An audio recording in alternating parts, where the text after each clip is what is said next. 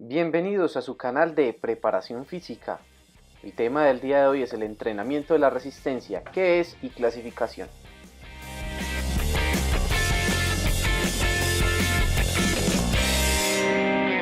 Hola nuevamente en su canal de entrenamiento deportivo. Hoy tocaremos una temática muy interesante que es el entrenamiento de la resistencia, en el cual constará pues de varios videos para comprender un poco acerca del entrenamiento, de cómo lo debemos de efectuar en la capacidad condicional que es la resistencia. Tenemos una temática en la cual abarcaremos dos temas, que es la resistencia y la clasificación de la resistencia. Vamos a empezar a dar una definición acerca de la resistencia, y la resistencia es la capacidad neuromuscular de soportar una carga variable durante un tiempo determinado. O sea, ¿esto qué nos quiere decir? Nos quiere decir que cuando se refiere a un tiempo durante el cual un sujeto efectúa un trabajo en una cierta intensidad. La resistencia va a depender de la velocidad, de la fuerza muscular, de la capacidad técnica de la ejecución, de la potencia fisiológica y del trabajo psicológico. Todos estos componentes que acabé de mencionar van a ser los responsables de que se dé una buena resistencia. Ahora, ¿cuál es su clasificación? Van a haber tres, según su tipo, según unos parámetros y según la duración. Según el tipo vamos a encontrar una resistencia general y vamos a encontrar una resistencia específica. Según el parámetro vamos a ver lo que es capacidad y vamos a ver lo que es potencia. Y según la duración va a ser de larga duración, mediana duración, corta duración y resistencia a la velocidad, que hablaríamos de una muy corta duración. Vamos a ir explorando cada uno de estos temas y empezamos con los tipos. Resistencia general. La resistencia general, tipo de actividad en donde participan muchos grupos musculares o sistemas.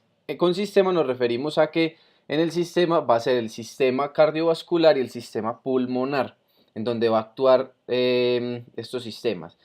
Facilita el éxito en distintos tipos de actividades de entrenamiento gracias a su base aeróbica general global, que va a ser utilizada en la mayoría de los deportes.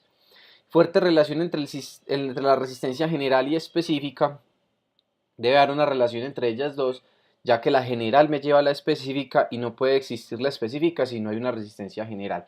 Después vamos a ver que cuando veamos los tipos de resistencia que hay, unas clasificaciones según los métodos para utilizar en el entrenamiento, nos vamos a dar cuenta de que la resistencia va a tener una base, o sea, una generalidad, y va a tener una especificidad según el deporte. Los deportes de corta duración necesitan de una buena resistencia general. Las resistencias anaeróbicas no pueden existir sin una muy buena base general, o sea, una muy buena base aeróbica. Todos los deportes necesitan de resistencia general.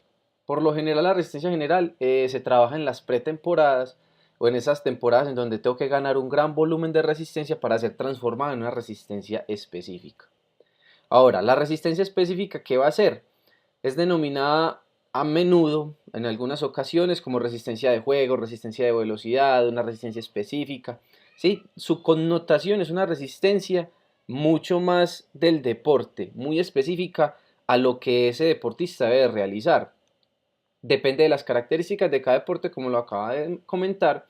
Puede modificarse por la excitación de la competición. Y me hablo con lo de la parte de la competición, es que al ejecutar tareas deportivas difíciles o de tipo de entrenamiento realizado que sea difícil, va a condicionar la resistencia específica.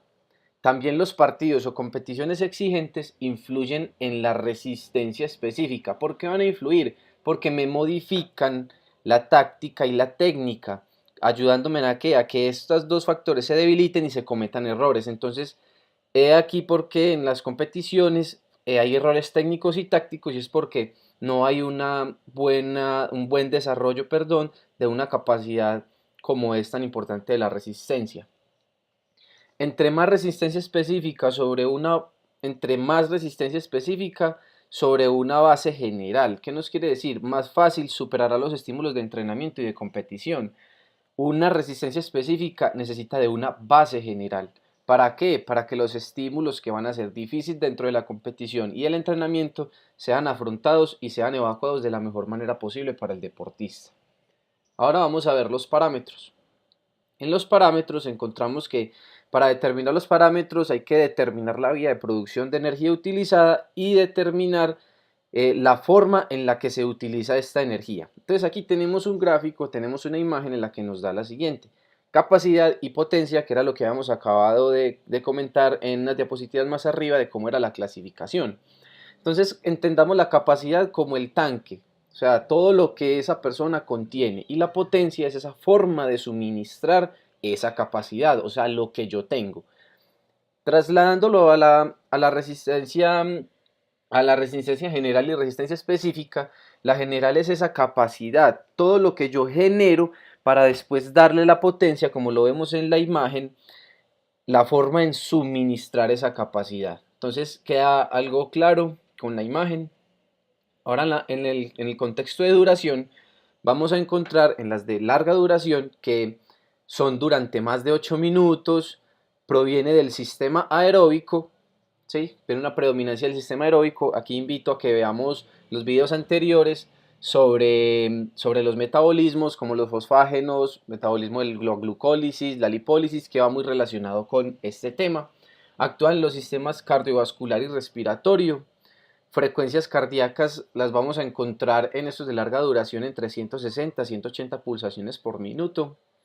El volumen minuto cardíaco, o sea, el volumen de sangre que bombea el corazón, va a ser entre unos 30 a 40 litros.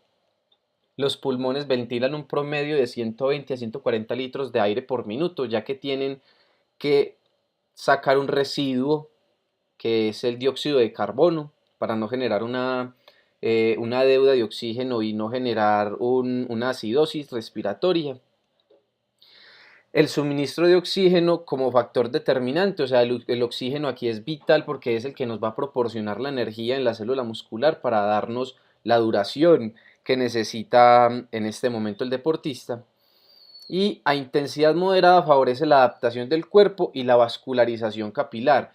Esa vascularización capilar nos permite renovar las fibras musculares, y renovar no es que las va a cambiar, sino que les ayuda a ¿qué? A que estas fibras tengan una mejor oxigenación y puedan tener una mejor recuperación. En media duración encontramos que hay duraciones las duraciones van entre los 2 a los 6 minutos. Las intensidades es más elevada que la de larga duración, y empieza a ocurrir un factor muy especial: es que el oxígeno no puede suplir todo el organismo, y esto lo que nos da es una deuda de oxígeno. En corta duración vamos a ver que duraciones entre 45 a los 2 minutos se va a ejecutar, es la clasificación que tenemos. Suministro energético es de carácter anaeróbico, o sea que el oxígeno no entra a funcionar acá, no es una herramienta para obtener la energía. La fuerza y la velocidad juegan un papel importante debido a los tipos de contracción y los tiempos tan cortos que empiezan a manejarse. Hay mayor deuda de oxígeno porque no podemos fabricar energía a partir de oxígeno, o sea, ese ciclo de la acetil-CoA y ese ciclo de Krebs no entran a funcionar en este caso. La base del desarrollo de una buena capacidad anaeróbica es una base aeróbica, como lo veníamos comentando en las diapositivas anteriores. Sin una muy buena base aeróbica, la capacidad anaeróbica es muy difícil de que exista, o sea, es muy deficiente y no es el potencial que necesitamos.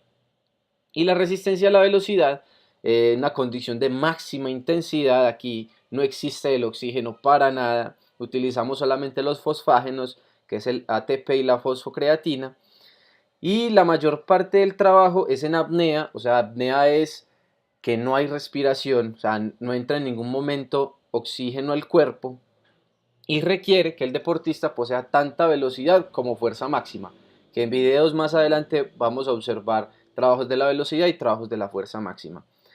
Este es el video de hoy, muchas gracias y chao, chao.